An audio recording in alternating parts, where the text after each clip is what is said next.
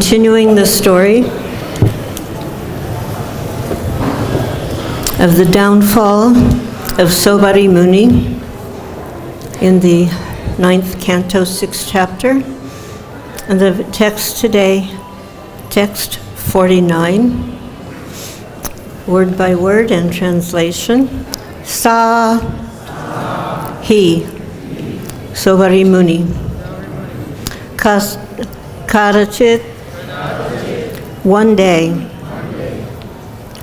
Upasina, sitting down. Atma apanavam, degrading oneself from the platform of tapasya. Atmanaha, self-caused. Dadarsha, observed. Bahurasha acharya, Sobari Muni, who was expert in chanting mantras. Minasanga, the sexual affairs of fish. Samuttitam, caused by this incident.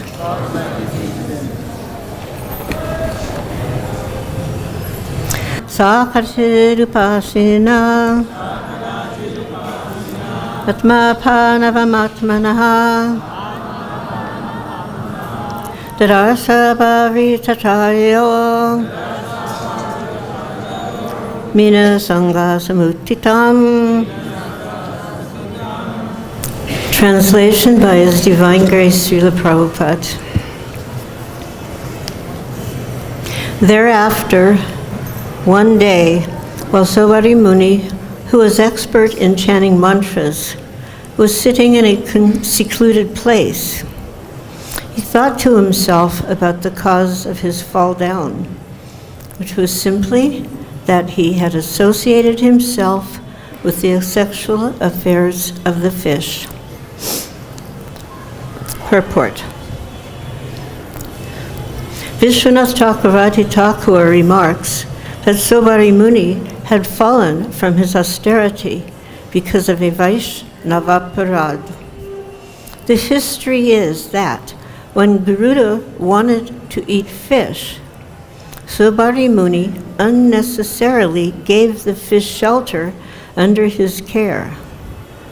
Because Garuda's plans for eating were disappointed, Sobari Muni certainly committed a great offense to a Vaishnav.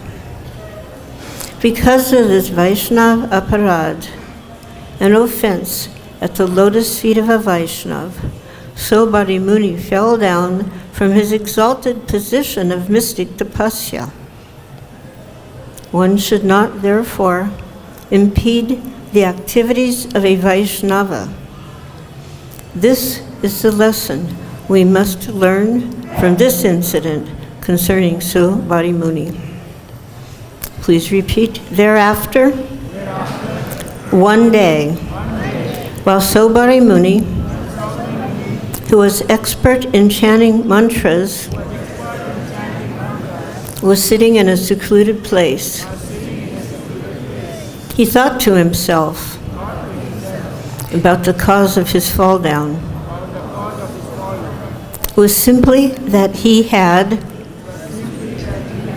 associated himself with the sexual affairs of the fish.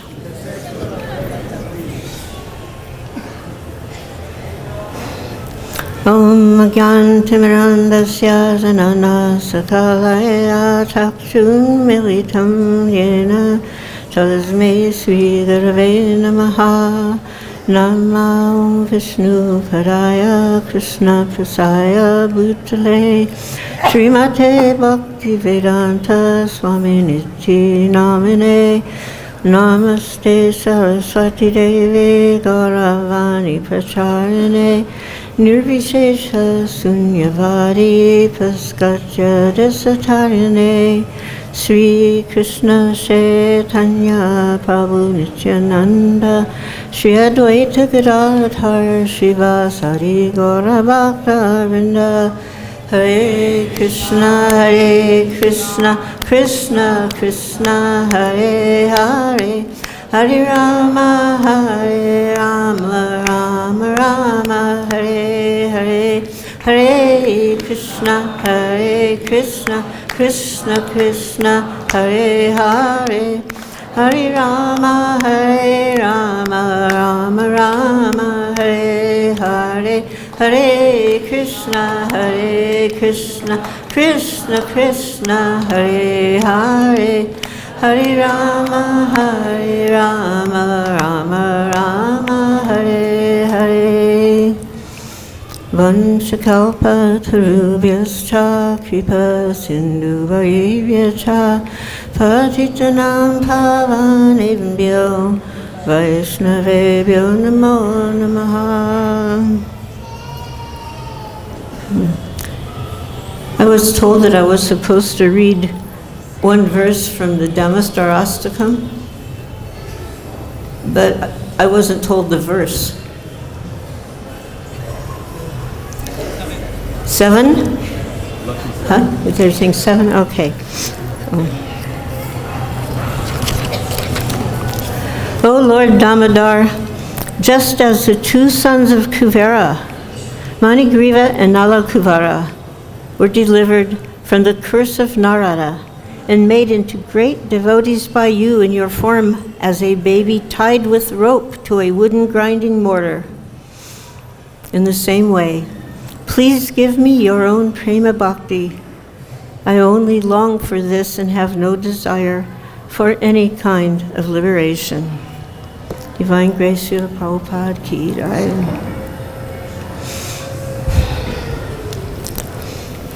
Well, I've only been here a couple of days, and I've been hearing these wonderful classes. And the wonderfulness of the classes were the wonderful pastimes being narrated by my wonderful godbrothers.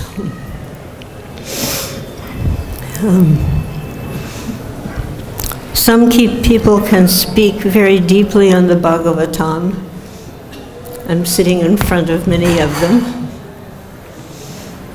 And that is not my forte. I have a brain like a sieve. Whatever goes in the sieve just comes out. It goes in one ear and going out the other. But somehow or other, I can remember the wonderful pastimes of Srila Prabhupada. And it seems fitting, at least during this time of Kartik, here in this most wonderful courtyard of Krishna Balaram Temple, under this wonderful tree, the Tamal tree, that we remember Srila Prabhupada. Because many of us, we are, to quote Srila Prabhupada, we're being called by Yamaraj. He wrote in one letter to a friend in India after he had arrived in America. So he had written a few letters, and then he said, at any time, Yamaraj may come calling for me.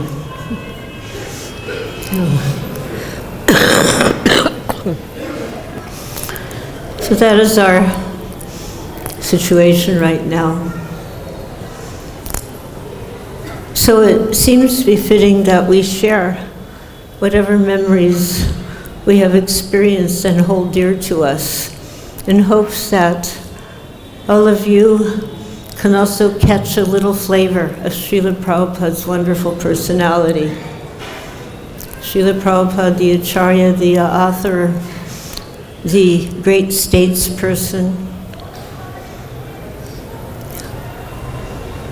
But Srila Prabhupada, the most wonderful personality. We can try to share some of that with you. So in the year of 1972.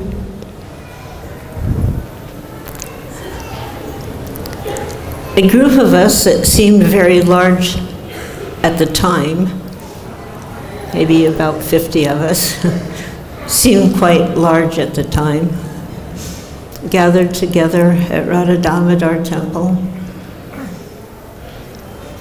to sit out in the courtyard of the Samadhi courtyard with Srila Prabhupada in the evening,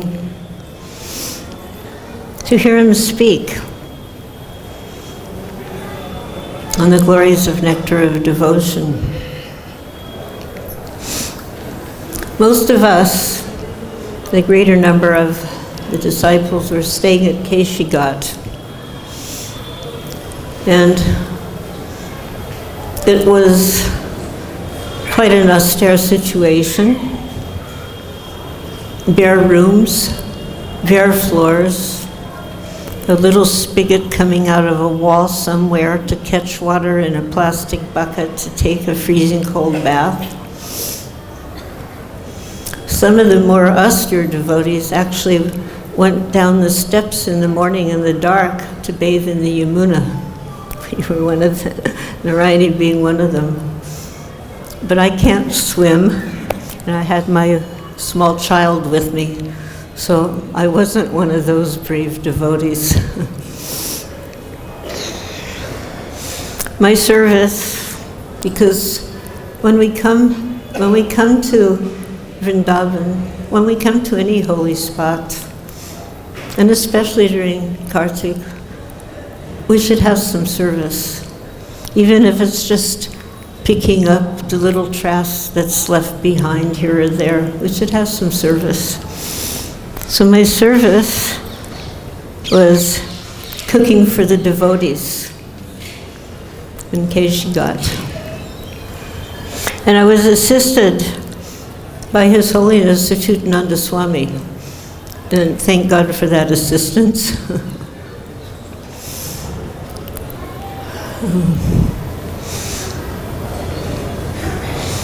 And then in the evening, sitting together in the Samadhi courtyard, hearing Srila Prabhupada, it was as if we were directly in contact with the Goswamis themselves. In the same courtyard where Srila Prabhupada sat in his kitchen and looked out through the window at the Samadhis. That same courtyard where in the dead of the morning, 12:30 or 1:30, Srila Prabhupada went out in the courtyard all alone with a jaru, a broom made of sticks tied together. And he went out in that courtyard, unbeknownst to anyone, and he was sweeping the courtyard. In those days, the courtyard was the dust, the braj raj, the pure, beautiful dust of Vrindavan. Marble had not been introduced yet.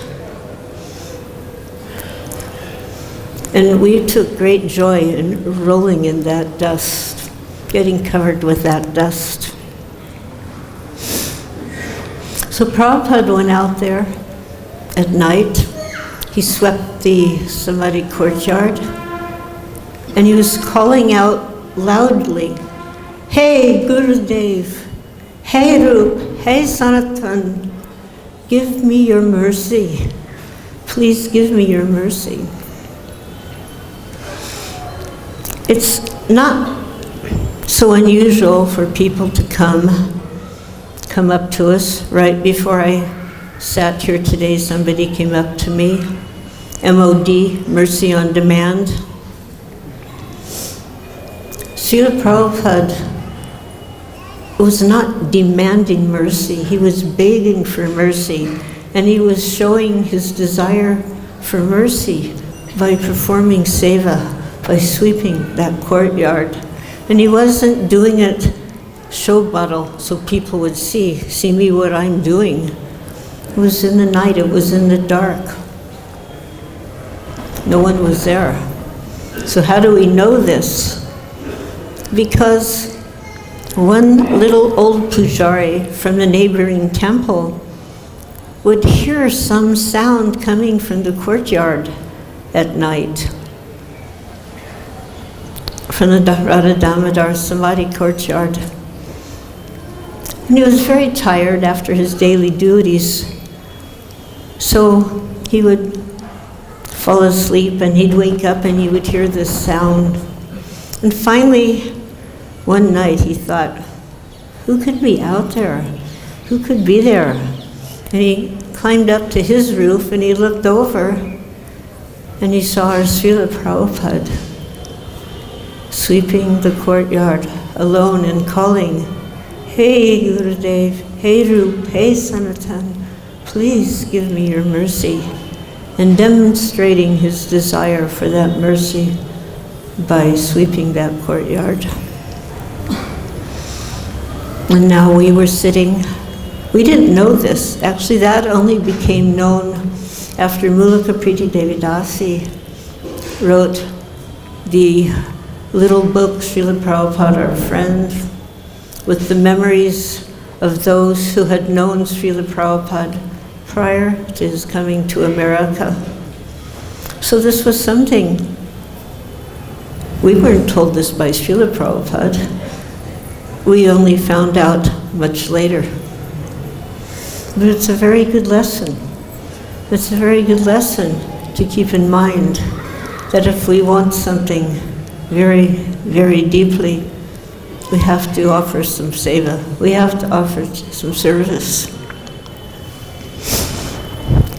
Best is to offer service to the devotees of the Lord. Because the devotees of the Lord can give you their mercy. And if we're fortunate, through their mercy, we can catch a wisp of the tulsi, the aroma of the tulsi that's on the lotus feet of the Lord. In this way, hopefully make some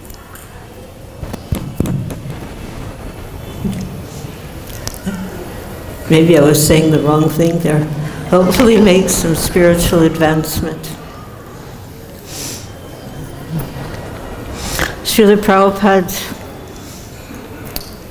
he explained to us that Radha Damodar was the hub of the spiritual universe. You know what is a hub? The center of a wheel, and then all the spokes go out. So we could understand how Srila Prabhupada had expanded the hub, bringing the message of Mahaprabhu to the West, increasing the hub.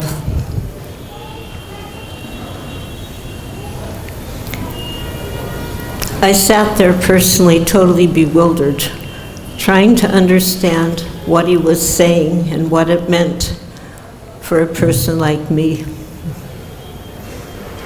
Yeah. We were there to hear, but I can't say that I could properly hear anything.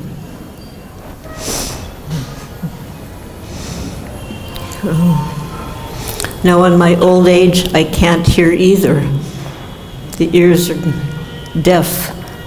But in my younger age, it was another kind of not hearing. So very moody. He was contemplating the cause of his fall down. He was performing such an austerity, sitting in the river. And with his eyes, he gazed upon some fish having some sexual activity, and it buzzed his mind, it agitated his senses. How careful we must be, what we see, what we hear, what we speak. Just like Ajamil, innocently going into the forest to collect some herbs for his puja. A young man, he wasn't thinking anything other to get some herbs to perform his puja, and he came upon an indecent scene between two persons, male, female, having an illicit relationship in the forest. And suddenly, he became agitated. Wasn't looking for it. How careful we have to be with what we see, with what we hear, with what we speak.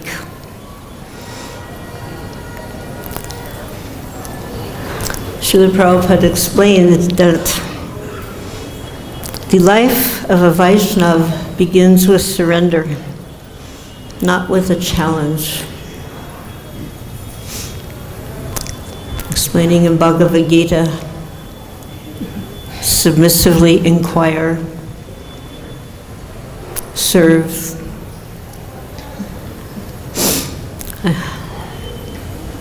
So I was on a morning walk in 75.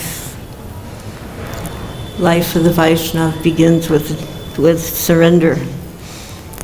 And he said this Vaishnava philosophy is very accurate. So we may not understand it. So therefore, inquire submissively. It's very interesting to me nowadays to see how there are many challenges as opposed to submissive inquiries, even towards Srila Prabhupada. So it's incumbent on us, his disciples, his followers, to make sure that we're strongly fixed up so that we can help him carry on this movement, because that is a standing order for all of us at all times. 1967, July, he was leaving San Francisco to come back home to Vrindavan to recover from his illness. We were sitting in our little temple in San Francisco. A few days previously had been Rath Yatra festival. He was over across the Golden Gate Bridge in a little cottage on Sinsum Beach, unwell. He couldn't even attend the first Rath Yatra festival. In fact, the next day we brought the deities to him for darshan. But he wasn't getting better, so he made a decision to return to India to recuperate. Actually, I understand, according to Ayurvedic medicine, I'm no authority on Ayurvedic, but I've been told this, that it says that the best place for recovery is in your own place. It makes sense. You're familiar with the climate, the sounds, the aromas, the food, the people. You know, there's less pressure on you. You're comfortable in your own surrounding. So he made that decision, and he informed us that he was going to be going. And so what he said was, I'm an old man. I may die at any time. So I want you, boys and girls, to push on this movement.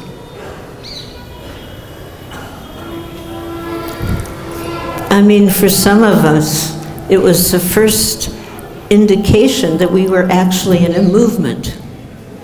Because up until then, for many of us, for most of us really, we were just this little group, a little group in New York, a little group in San Francisco, a little group in Boston.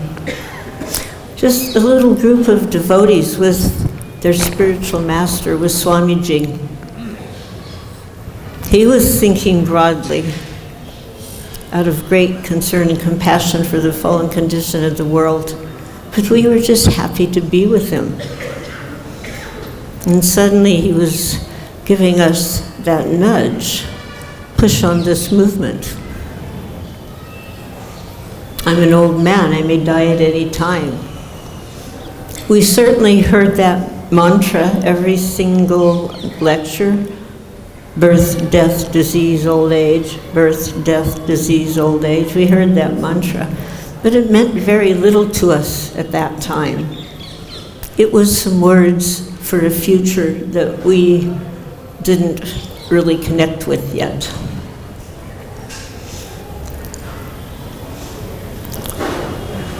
We didn't even think of him as an old man, although, yes, he was over 70 years old.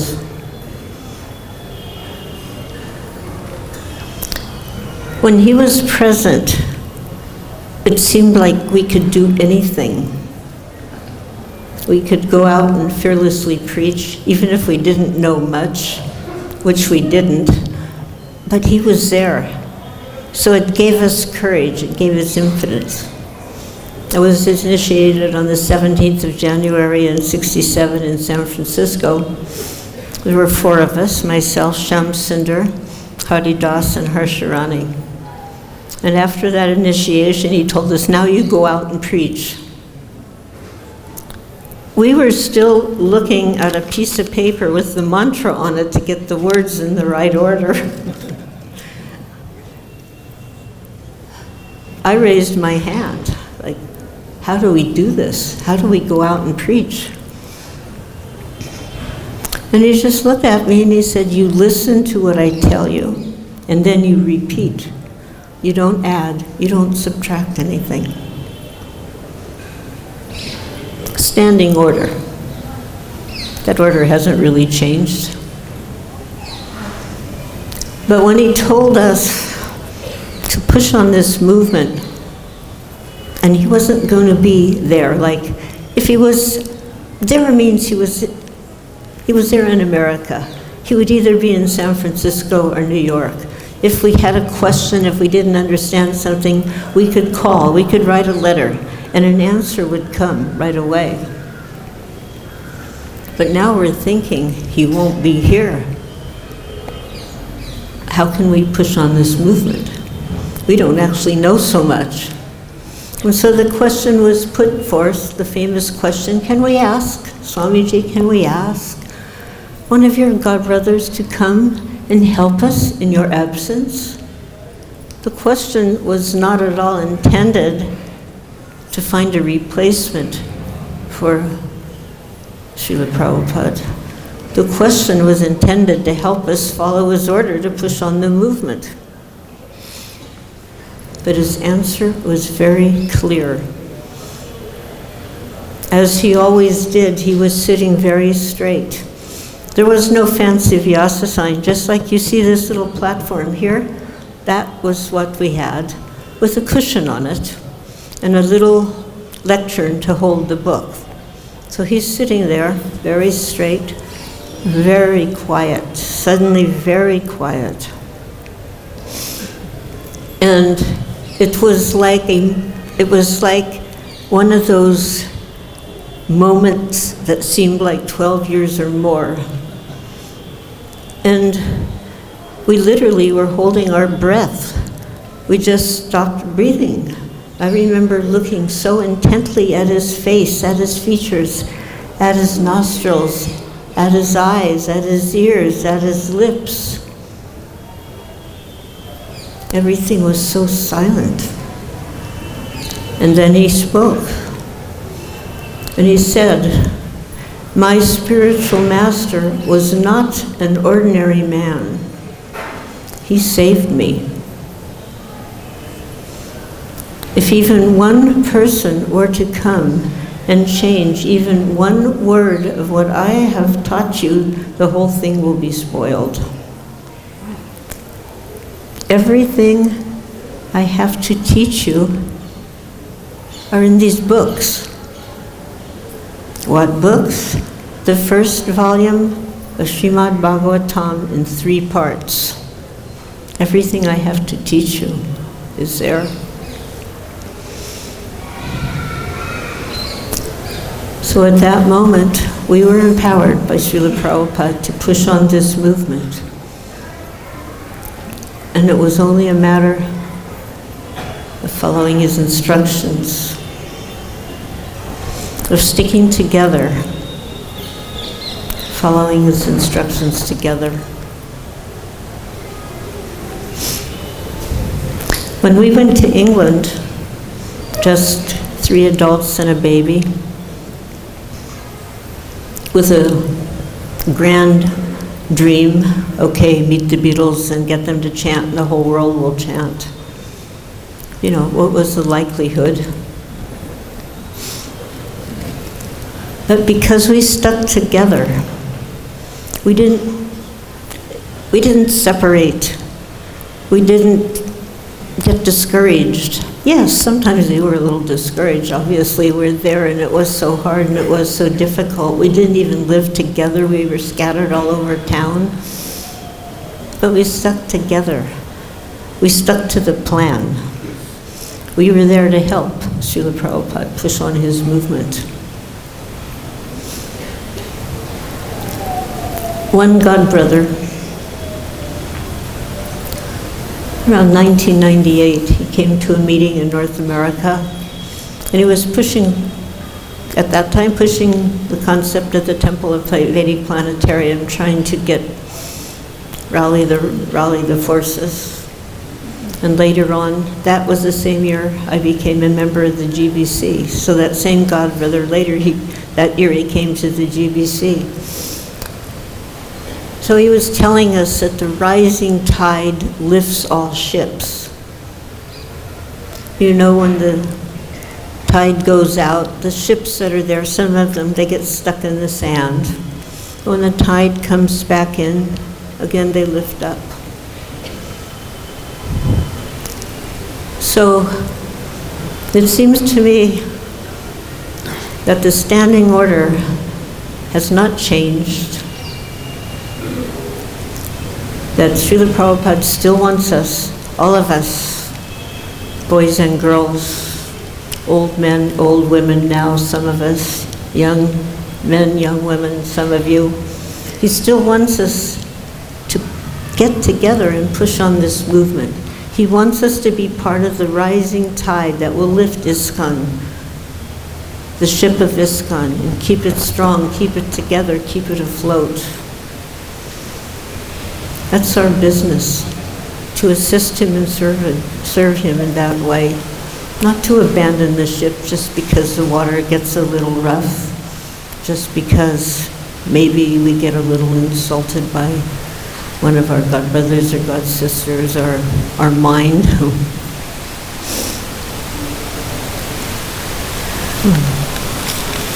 I was reading something last night. Srila Bhakti-Siddhanta Saraswati Thakur.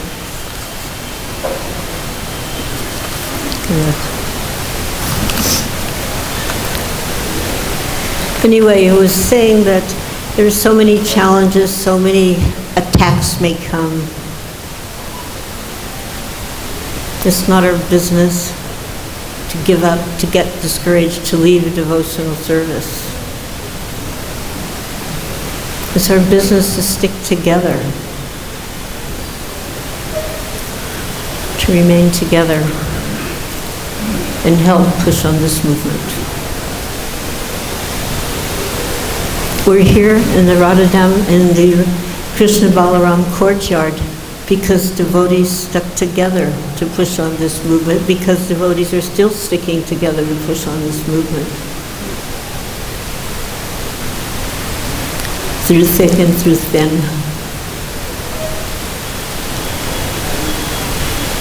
Nothing has changed. The order is still there. And in doing this, we have to appreciate one another, appreciate the service that is being done by one another. Maybe there's some fault, maybe not. It doesn't matter. Srila Prabhupada appreciated whatever big or little service was offered. And he never forgot those devotees for whatever big or little thing they did. I remember one time in Calcutta, the devotee who was in charge of the go-down for the books suddenly went AOL. And he took the keys to the go-down. Nobody knew where he was. Nobody could get the books. And you know how important the books are to Srila Prabhupada. And they couldn't get to the books to distribute them. So the book distributors were quite upset. And they came to Srila Prabhupada with their complaint. Prabhupada said, yes, I know. But what can I do? He helped me. This person had helped Srila Prabhupada way back in '66 and every year onward. What can I do? He helped me. If Prabhupada can have such magnanimity of heart, we can try just a little bit to appreciate each other and be part of the rising tide. Hare Krishna. Is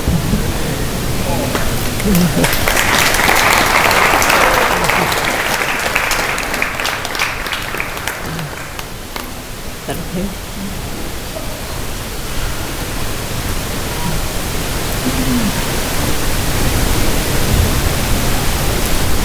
Names were omitted to protect the innocent. Huh? I said names were omitted to protect the innocent.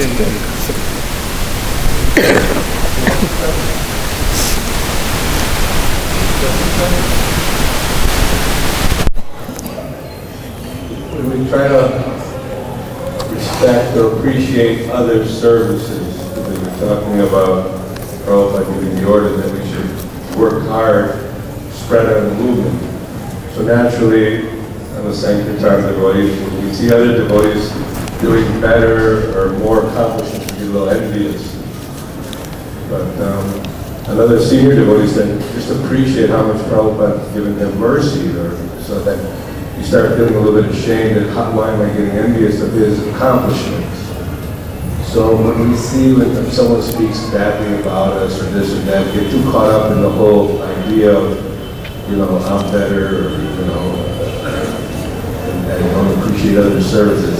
What sort of mentality would you suggest we should try to understand about appreciating other devotees' services without getting envious? Well, there's two ways to look at this envy. It's a little transcendental because it's based on the person doing a very nice service. So you're feeling a little envy. So in one way, it's transcendental. On the other hand, if your envy causes you to think poorly of that person, then it's not so transcendental. Therefore, we have to check ourselves. We have to check our mind.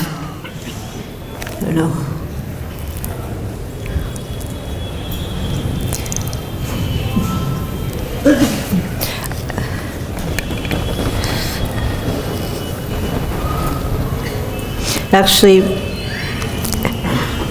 Prabhupada says, go on with your work and other instructions will follow. Simply become more concerned with increasing the spiritual contact of our lives. And in this way, all other problems like management or envious minds will be resolved. Not that they can be resolved in some other manner. Like nowadays, there's a lot of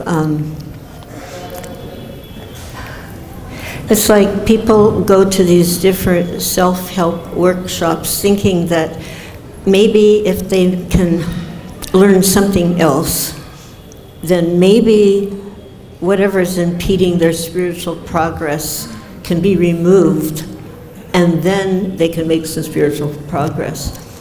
According to Srila Prabhupada, that's not the process. He said that, I just read this last night, a reminder, that if you're not finding some taste, you're finding yourself critical, you're finding yourself envious, whatever, increase your chanting. Instead of 16 rounds, 64 rounds.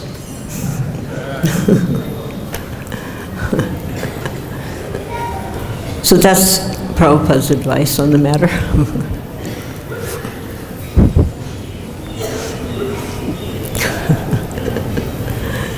Yeah.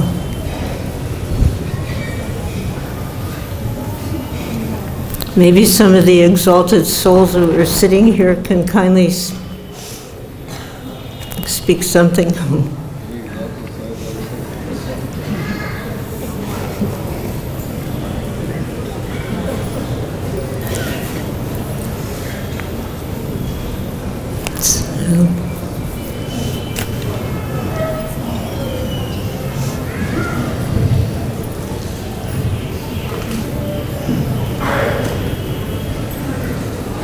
Hare Krishna Prabhuji, thank you so much for this wonderful enlightenment. And my question is about... You hear that?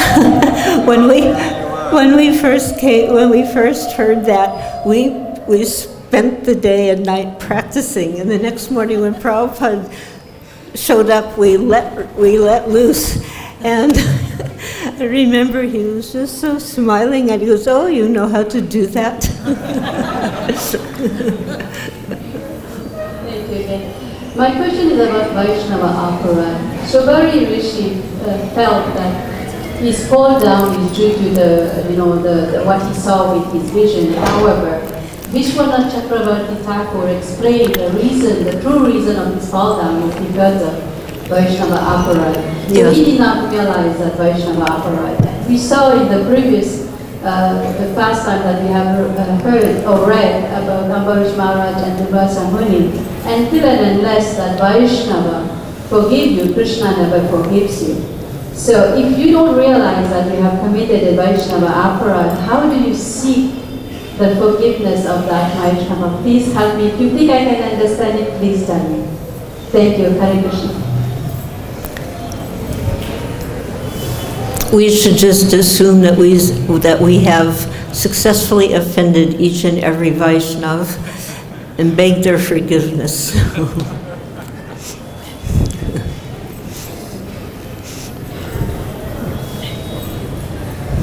If we don't think that we've committed Vaishnava apara, right there is apara.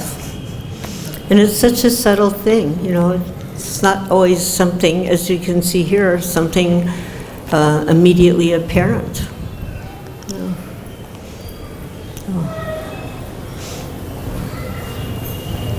I think 9 o'clock is the cutoff time. All glories to His Divine Grace, Srila Prabhupada. All glories to the assembled devotees. Hare Krishna.